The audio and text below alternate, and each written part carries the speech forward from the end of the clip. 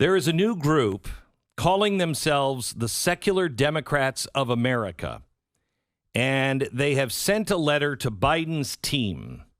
Now, when you say, I've never heard of the Secular Democrats of America, that's okay. I hadn't heard of them either. They are founded and backed by many congressional Democrats. So these are congressmen and women that have written this 28-page document that I am posting right now at glennbeck.com. So I don't need the story on it. I'm going to tell you the story. I want you to actually see from their own website, restoring constitutional secularism and patriotic pluralism in the White House. This is their proposal. In this proposal, you're going to love it. It was presented by Congressman Jamie Raskin. Is that a guy or a girl? Check out. You know what? Gender is not important to me, you're so right. I don't think about You're those right. things. Jared Huffman from California, endorsed by Congressman Jerry McInerney of California. And in this document, you will see that it talks about how the incoming Biden administration must educate the American public, particularly those who are identified as the religious right, because they need to keep their religious dogma to themselves. They talk about a purge of social conservatives from all levels of government, labeling them white nationalists and, of course, everybody's ever popular conspiracy theorist.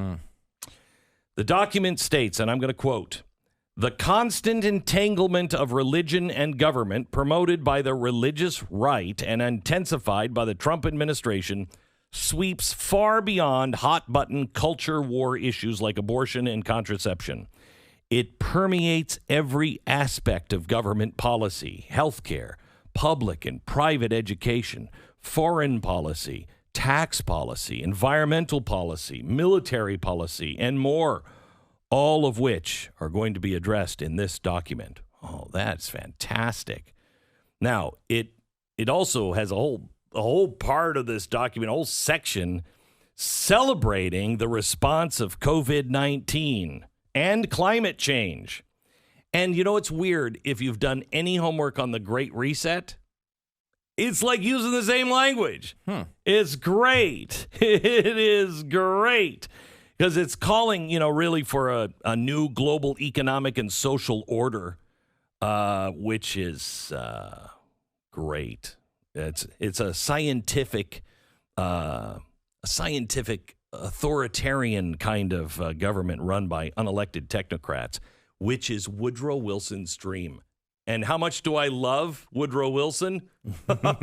You actually say, I hate that guy every time you say his name. Well, I think everybody knows what you're just saying is a lie because I'm part of the in-group. The document chastises President Trump for not following all of the arbitrary, constantly changing rules coming from the World Health Organization, saying, quote, policy decisions, listen to this, this is congressmen, Congress people, Congress units. Thank you. Policy decisions, quoting, that should be guided by science and evidence on matters ranging from climate change to comprehensive sex education to federal funding for stem cell research have been skewed or blocked entirely by powerful religious interest groups and further undermined at every turn by the Trump administration. There is no example more grave than this administration's lethal mishandling of the COVID-19 global pandemic, which has brought death to hundreds of thousands of Americans. Disregard for science and disdain for expertise has reached an all-time high in this administration of magical thinkers and conspiracy theorists.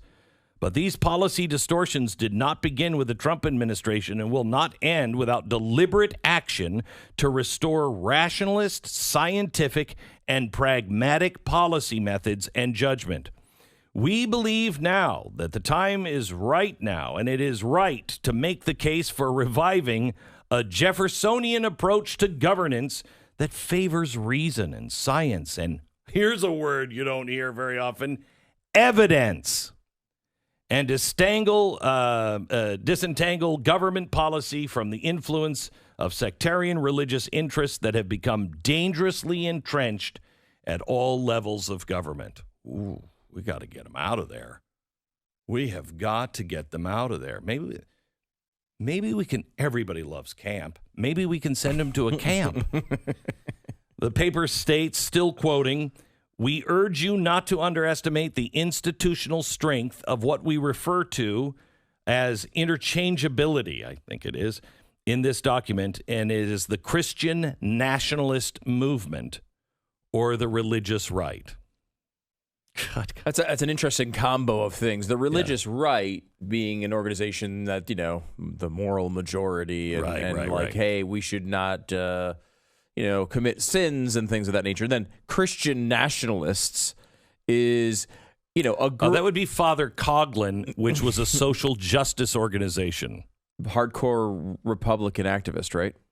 No. But I mean, they're trying to get you to associate the typical religious Republican person with a white nationalist. Yeah, they're racist. They're nationalists. They need to go to camp. They really do. Do you remember Anita Dunn, the lizard lady? Okay. Now, I'm a big fan of Chairman Mao. She was a character from the early seasons of the Obama administration, if you remember that wonderful documentary. Yes, I do remember her making a speech, and I do remember, the main thing I remember about her is not even what she said about Mao. I just remember her licking and smacking her lips throughout the entire speech. So anyway, she was a big fan of Mao and Chinese communism and the Chinese Cultural Revolution, which, just forced the Chinese people to submit to his view of life, which was anti-freedom, anti-God, anti-religion, anti-free market, pretty much anti-people after Mao killed about anywhere estimated between 50 and 90 million people. After 50 million, you just stop counting. You're like, I don't know. Does it matter anymore? Yes. I just want to point out, yes, it does matter. So here are the authors. Representative Jamie Raskin, son of Marcus Raskin. We got this tip, by the way, from Trevor Loudon, who is, that guy's a warrior. Marcus Raskin was the founder of the Institute for Policy Studies, which Loudon says has connections to the Soviets back to the 1970s. Jamie Raskin, who is a congressman now, has long connections to the Democratic Socialists of America. He's written for their publication. He's what Trevor would call a smart communist, one that's like, oh, no, I'm not a Marxist, communist. Oh, those are dangerous people. No, I'm just thinking, I'm just out here trying to be pragmatic. Another author is Congressman Jared Huffman of California, a member of the Congressional Progressive Caucus, which was established by Bernie Sanders, a socialist. Isn't that weird? Now, in the document that you will find at glennbeck.com right now, it calls on Biden to make the following changes. Now, listen to these. Eliminating government support for all crisis pregnancy centers and all abstinence-only education programs in school. I'm a big fan of Mao. Deny free speech and religious liberty to select Americans based on their religious beliefs. How on earth can this be real? It is. I know, did but you look it up? I don't understand how. It is 2020, and we're going into 2021. Told you 2021's going to be worse. Incentivize states to strip parents of all non-medical exemptions to mandatory vaccinations for children in schools or daycare centers. Here's the tried and true. In God we trust has to be removed from currency. Repeal the Religious Freedom Restoration Act. Rescind and replace the Trump DOJ's federal protections for religious liberty. Appoint an attorney general who will support governors. Listen to this. Appoint an attorney general who will support governors who emergency COVID-19 executive orders restrict gatherings at houses of worship. Now, wait a minute. You're an anti-God organization. I thought that was just for public health and safety for COVID. Now, all of a sudden, wait. You want this as an anti-God? You know what this is? I realized this a couple months ago. How long does it take to make a habit? They say 30 days, 4 weeks is a habit. So many of us have been in the habit of going to church every Sunday. How many have that habit completely broken in their family? Sometimes they still can't legally go now. Right. But even just because of the break that happened earlier, I think a lot of people got used to either going online or not doing it at all. And, the online thing can fade a lot quicker than this fall, like September or something. We were going back to church. Our church was opening back up. We were going back to church because we can watch it online. We watch it, every Sunday as a family. And so we do our own sacrament meeting and we watch it online. We were going back to church. We had a threat that was manifesting itself around the church. And sorry about that, by the way. Yeah, I know. Stay away. I know. Stay away. Look, it was kind of a restraining order. But anyway, so we decided that we are still going to stay out until, a certain date when the threat kind of goes away. Sure. And I realized we are now almost a year without going every day. We still do something on Sunday. We still kind of, Tanya makes us dress up.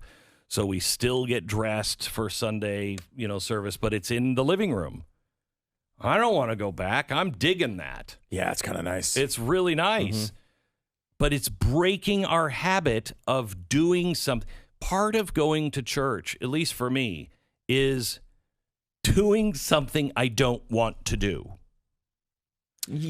Tony Robbins. It's just straight out of Sunday school. I know it is. I was a Sunday school teacher for a long time. Strangely, they said, stop teaching.